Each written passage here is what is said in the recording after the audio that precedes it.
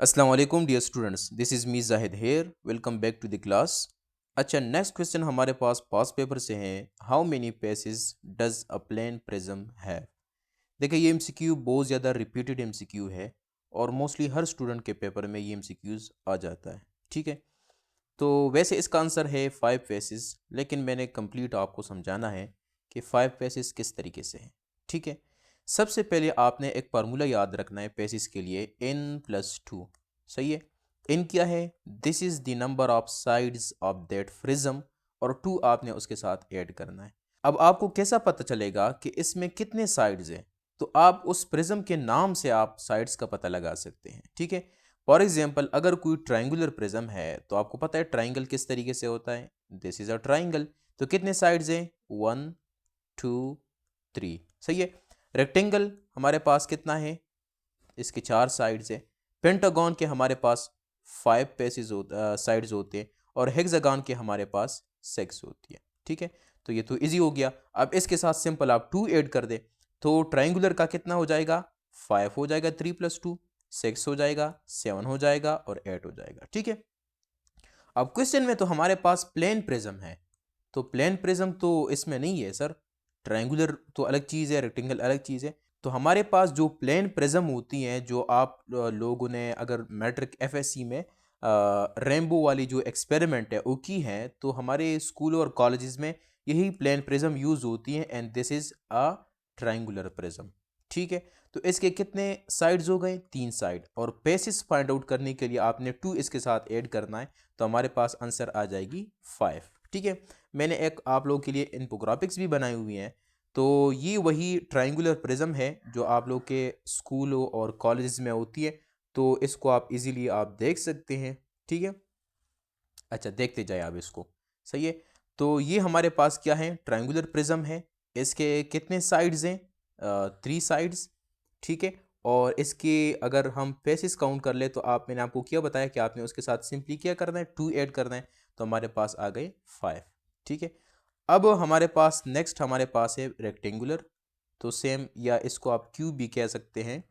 तो हमारे पास इनकी एन क्या है, यानी नंबर ऑफ साइड 4 है। 2 इसके साथ ऐड करें तो 6 आ गया, 7। इस तरीके से आप बाकी सॉल्व कर सकते हैं। ठीक है, अच्छा अगर आपसे पूछा जाए अबाउट एजेस, तो उसके लिए शॉर्टकट फार्मूला है 3n, 3 × n वही नंबर है, साइड्स है। फॉर एग्जाम्पल ट्राइंगुलर प्रिज्म है, तो आपने क्या करना है? 3 × 3 करना है, तो 9 आंसर आ गया।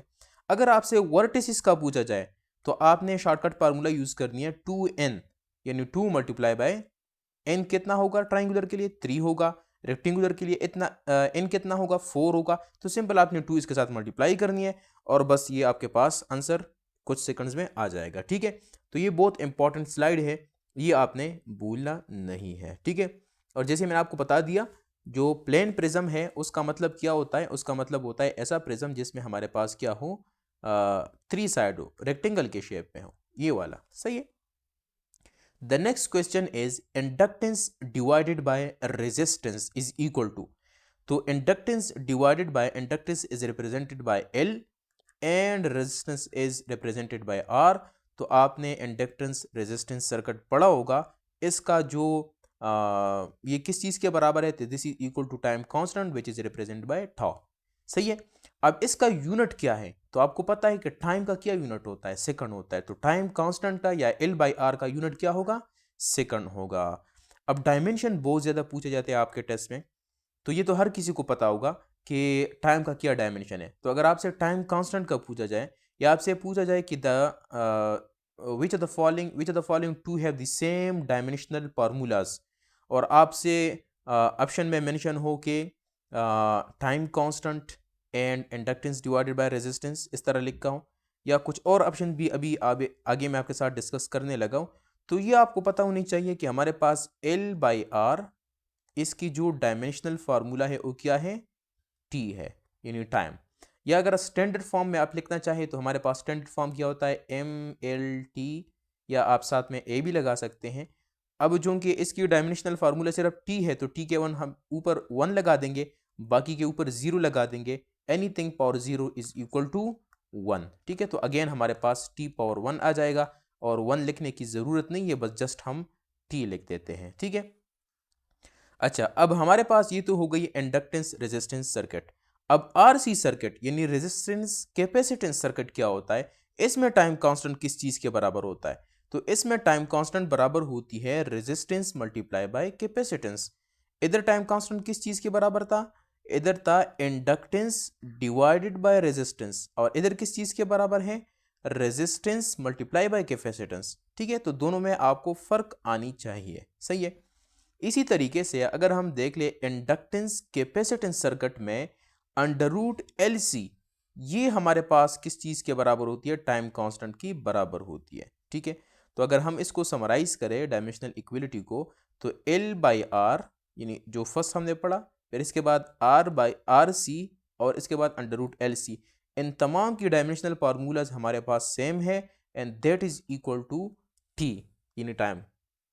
Bohr law can't apply on, तो देखिए बोहर ला आपके फिजिक्स में भी है और आपकी केमिस्ट्री में भी ये टॉपिक डिटेल में है। सही है। तो सबसे पहले आपको ये पता होना चाहिए कि बोहर ला सिर्फ उन इलेक्ट्रॉन सिस्टम के लिए है जिसमें हमारे पास सिर्फ एक इलेक्ट्रॉन हो उसके शेल्स में। ठीक है, one electron system, single electron system के लिए एप्लीकेबल है। ठीक है, तो आपको इस तरीके से ऑप्शंस मेंशन होंगे। लेट से हाइड्रोजन मेंशन है इसके साथ, लेट से हमारे पास हीलियम मेंशन है। ठीक है, तो अब आप देखें कि हाइड्रोजन में हमारे पास वन इलेक्ट्रॉन है तो इसके लिए एप्लीकेबल है।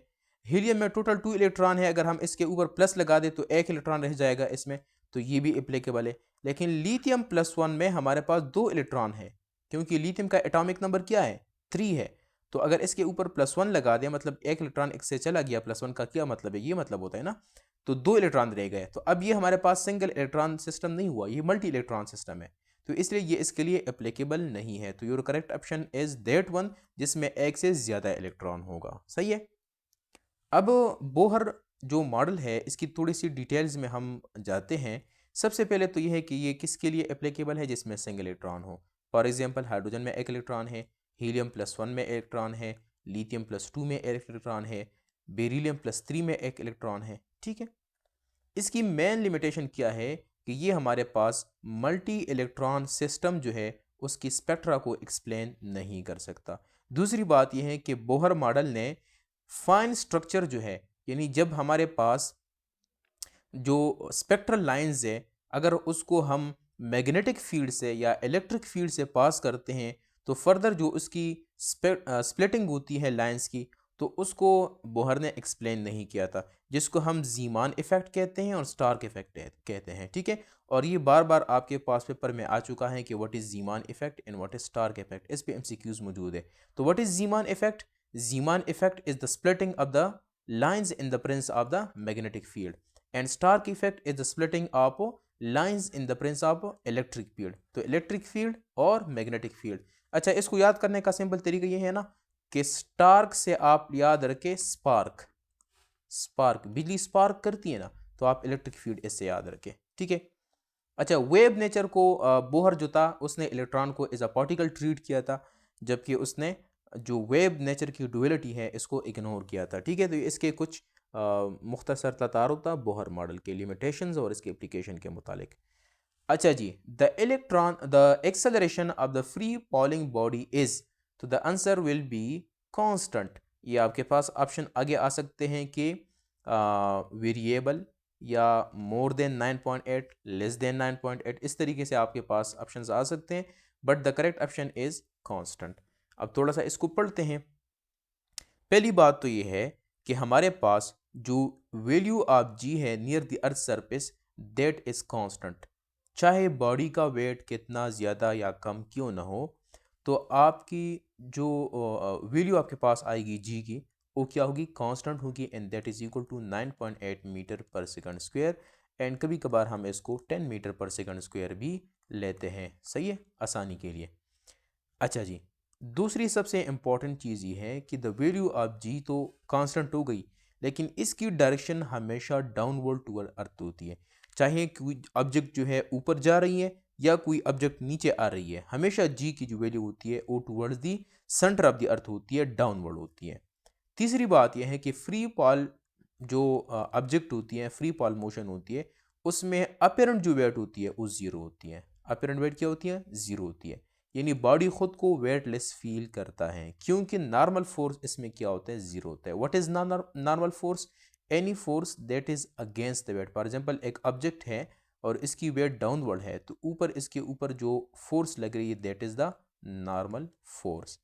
वेरिएशन विद अल्टीट्यूड, देखें हमारे पास जो वैल्यू ऑफ जी है, अगर आप बहुत ज़्यादा ऊपर जाते हैं तब भी इसकी वैल्यू डिक्रीज होती है, और अगर आप डीपर इनटू द अर्थ जाते हैं तब भी इसकी वैल्यू क्या होती है, डिक्रीज होती है। और इसके ऊपर मैंने कुछ एमसीक्यू भी आपके मॉक टेस्ट सीरीज़ जो आपके प्रैक्टिस एमसीक्यूज है वेबसाइट के ऊपर, वो मैंने उधर ऐड किए हुए हैं। अच्छा, ये लेक्चर शायद मैं यूट्यूब पे भी अपलोड कर दूँ, वैसे ये हमारे पेड स्टूडेंट्स के लिए है, लेकिन शायद मैं इसको यूट्यूब पे अपलोड कर दूँ। तो जो स्टूडेंट यूट्यूब से देख रहे हैं तो आपने परेशान नहीं होना कि ये क्विज़ेस किधर हैं, तो ये हमारे वेबसाइट के ऊपर होती है। जो स्टूडेंट हमारे क्लासेस में एनरोल है तो उनके लिए हम इस तरह लेक्चर प्लस उसके साथ प्रैक्टिस एमसीक्यूज़ जो है वो बनाते हैं, ठीक है। तो अगर आप लोग भी AMC, AFNS, नम्स इंडिकेट इन तमाम टेस्ट की तैयारी करना चाहते हैं तो आप इस नंबर पे कांटेक्ट कर सकते हैं 0318467747, या आप डायरेक्ट xymeduco.com, हमारी ये वेबसाइट है xymeduco.com, इस पे आप विजिट भी कर सकते हैं, ठीक है। The next one is the pole versus equator. देखिए जी की जो वैल्यू होती है ना वो हमेशा हाई होती है पोल पे, क्योंकि पोल की जो लेंथ होती है वो कम होती है। तो इनवर्स रिलेशनशिप है, आप लोगों ने पेंडुलम वगैरह का जो मैथमेटिकल फॉर्म अगर आपको याद है तो उसमें आप वैल्यूज़ आप देख लें, सही है। तो हमारे पास कितनी वैल्यू होती है, 9.83। वैसे कितना होता है, 9.8 होता है, लेकिन ये थोड़ा ज़्यादा है। और इक्वेटर पे हमारे पास क्या होती है, लोअर होती है, ठीक है, यानी 9.8 से कम होती है। तो कितनी है, 9.78, ठीक है। The next question is the efficiency of a Carnot heat engine depend solely on which of the following. सबसे पहले मैं आपको एक बेसिक सा कंसेप्ट जो है समझाता हूँ, ठीक है। एफिशिएंसी क्या चीज़ है या परसेंटेज आपके लिए चले, हमेशा आप इसकी जो फार्मूला है, जर्नल फार्मूला, वो हमेशा किस चीज़ के बराबर होती है, output divided by input multiply by 100%। अगर मैं बिल्कुल सिंपलेस्ट लैंग्वेज में आपको समझा दूँ, अगर मैं आपसे पूछूं कि आपके मैट्रिक के अंदर कितनी मार्क्स है, ठीक है, तो आपको लेट से अगर आप कहते हैं कि मेरे 1000 मार्क्स है आउट ऑफ 1100, तो अगर इसको मैं परसेंटेज निकाल दूँ तो ये इसको आप कहते हैं परसेंटेज या एग्रीगेट, लेकिन इस टर्म में हम इसको एफिशिएंसी भी कह सकते हैं, ठीक है। तो ऑप्शन आपके पास गिवन है, तो इसका जो करेक्ट ऑप्शन है that is the temperature, absolute temperature of the source and sink. यानी Carnot इंजन में जो सोर्स है जिधर हम सोर्स टेम्परेचर प्रोवाइड करते हैं, जो सिंक है जिधर से हीट रिलीज होती है, तो इनके एब्सोल्यूट टेम्परेचर पे डिपेंड करता है, ठीक है। वर्किंग सब्सटेंस जो इसके अंदर है, चाहे वो गैस है, लिक्विड है, जो भी चीज़ है उस पर डिपेंड नहीं करती। So the correct option is option number A, ठीक है। मज़ीद इसके बारे में थोड़े पढ़ते हैं कि इसका मैथमेटिकल फॉर्म जो है वो कैसा है। तो efficiency is equal to 1 minus T L by T H. T L क्या है, this is the temperature of the source, ठीक है, temperature of the sorry sink, और इस एल का मतलब है लोअर टेम्परेचर यानी कूल्ड रिजर्वायर है, कूल्ड रिजर्वायर है। और टी एच का मतलब है हाइयर टेम्परेचर यानी टेम्परेचर ऑफ द सोर्स, यानी ये हमारे पास क्या है, इनपुट है, और ये जो सिंक है दिस इज आउटपुट, ठीक है। तो जैसे मैंने आपको बताया था टी एल क्या है, T L is output divided by input, ठीक है, जो पिछले स्लाइड में मैं आपको समझा दिया। और सबसे इम्पॉर्टेंट जो चीज़ है जो एमसीक्यूज़ में आपकी काम आएगी वो ये है कि आपने इन दोनों टेम्परेचर को हमेशा किस में लेना है, केल्विन में। अगर न्यूमेरिकल में आपको डिग्री सेंटीग्रेड में दिया हो तो आपने उसको कन्वर्ट करना होगा इनटू केल्विन। और किस तरीके से आप कन्वर्ट करते हैं, आपने इस टेम्परेचर के साथ +273 ऐड करना है तो आपके पास केल्विन टेम्परेचर आ जाएगी, ठीक है। अच्छा, ये बात तो मैंने आपको समझा दी कि सबसे पहले आपने इसको 273 के साथ ऐड करना है ताकि आपके पास केल्विन में आ जाए। दूसरी बात ये है कि 100% एफिशिएंसी जो है ये एक मिथ है, यानी हमारे पास फॉर एफिशिएंसी टू बी 1 या 100% the sink temperature must be absolute zero. Sink temperature आपने क्या करना है, ज़ीरो रखना है। लेट्स से हम इसको इधर कर देते हैं, सिंक टेम्परेचर क्या है, TL है। अगर इसकी जगह मैं 0 कर दूँ, 1 minus 0 divided by anything will be 0, तो 1 माइनस 0 हमारे पास 1 आ जाएगा। ठीक है, तो हमारे पास एफिशिएंसी किस चीज़ के बराबर हो गई, 1 के। अगर हम इसको परसेंटेज में कन्वर्ट कर ले तो multiply by 100% is equal to 100%। तो हमारे पास एफिशिएंसी तब 100% हो सकती है जब हम क्या करें, सिंक टेम्परेचर को यानी TL को क्या करें, 0 कंसिडर कर लें, which is practically impossible. Impossible क्यों है, क्योंकि देखें अगर आप किसी चीज़ को कोई इनपुट देते हैं तो हमेशा उसका कोई आउटपुट तो होगा ना, सही है। तो ऐसा पॉसिबल नहीं है कि सिंक टेम्परेचर हम इसको 0 कर दें। ठीक है, अब एफिशिएंसी को आप इंक्रीज़ या डिक्रीज़ कर सकते हैं।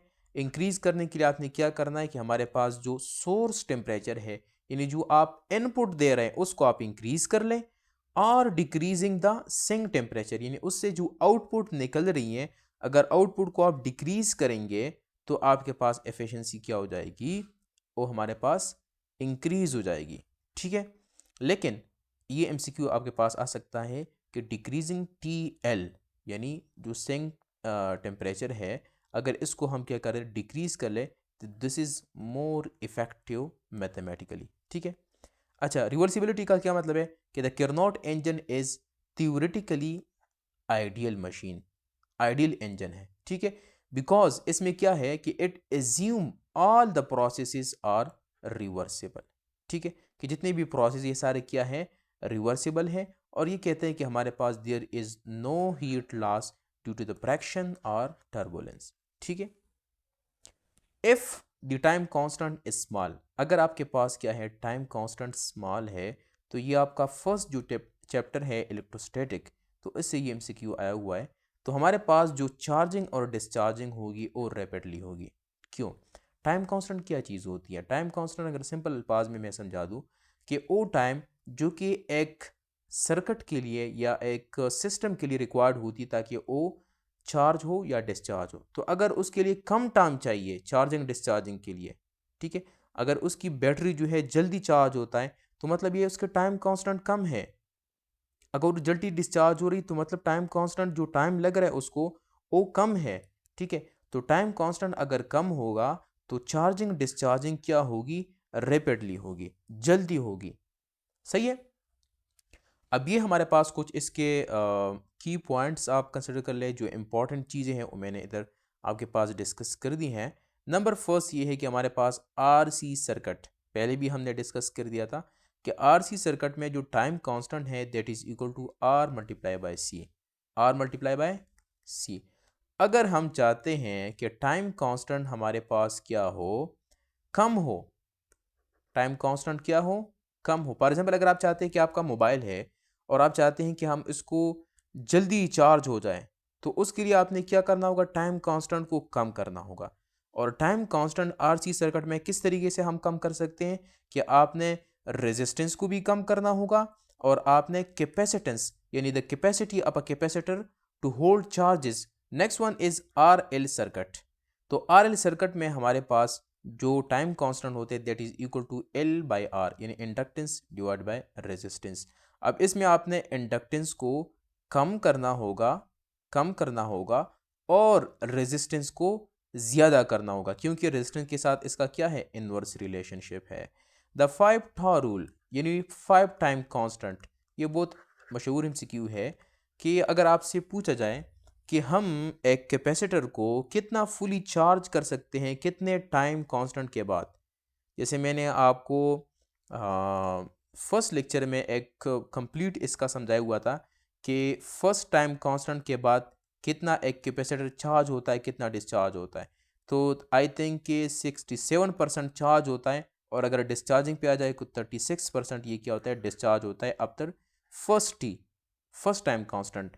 तो अगर आपसे पूछा जाए कि कितने टाइम कांस्टेंट के बाद हमारे पास एक कैपेसिटर फुली चार्ज या डिस्चार्ज होती है, तो the correct option is 5t, कि 5 टाइम कांस्टेंट के बाद एक कैपेसिटर फुली चार्ज होगी, या अगर डिस्चार्जिंग की तरफ जाए तो फुली क्या होगी, डिस्चार्ज होगी। ठीक है, अच्छा यूनिट क्या है, हमारे पास जो है यूनिट तो आपको बता दिया टाइम कांस्टेंट का सेकंड ही होता है, लेकिन अगर आरसी सर्किट का कह दे तो आरसी सर्किट में आर रेजिस्टेंस और कैपेसिटेंस का पेराड, तो दोनों का सेकंड हो गया। इसी तरीके से अगर हम आर एल सर्किट कह दे तो एल में हमारे पास हेनरी, इंडक्टेंस का हेनरी यूनिट है, और डिवाइडेड बाय रेजिस्टेंस, तो हमारे पास सेकंड आ गया।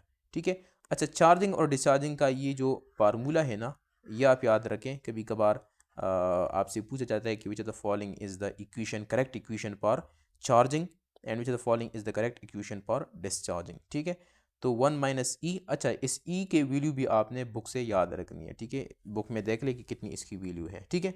तो डियर स्टूडेंट्स, ये था आज हमारा का लेक्चर। इंशाल्लाह मिलेंगे नेक्स्ट लेक्चर में, तब तक के लिए अल्लाह हाफिज़। क्या आप लोग एफएससी प्री मेडिकल के बाद आर्मी मेडिकल कॉलेज को एमबीबीएस या बीडीएस के लिए ज्वाइन करना चाहते हैं, और वो भी 100% free, no admission fees, no hostel fees, और साथ में आपको मिलेगी मंथली स्टाइपेंड, यानी माहाना आपको 90,000 वजीफा भी मिलेगा, और डिग्री कंप्लीट होने के बाद डॉक्टर के साथ साथ आपको पाकिस्तान आर्मी में कैप्टन का रैंक भी मिलेगा। तो जी हाँ, मैं बात कर रहा हूँ एमसी मेडिकल कैडेट टेस्ट का। अब इस टेस्ट के लिए कौन से स्टूडेंट्स एलिजिबल है? नंबर फर्स्ट, इस टेस्ट के लिए सिर्फ बॉयज अप्लाई कर सकते हैं, फीमेल एलिजिबल नहीं है। वो स्टूडेंट जिन्होंने अपनी FSc pre medical at least 70% marks के साथ पास किया है, और इसके साथ आपकी एज कम से कम 17 साल और ज्यादा से ज्यादा 21 साल होनी चाहिए, और हाइट आपकी 162.5 सेंटीमीटर होनी चाहिए। अल्हम्दुलिल्लाह इस साल हमारे 100+ स्टूडेंट्स आर्मी मेडिकल कॉलेज में सेलेक्ट हो चुके हैं। इस टेस्ट की मजीद इंफॉर्मेशन और तैयारी के लिए अभी व्हाट्सएप पे कांटेक्ट कर लीजिएगा।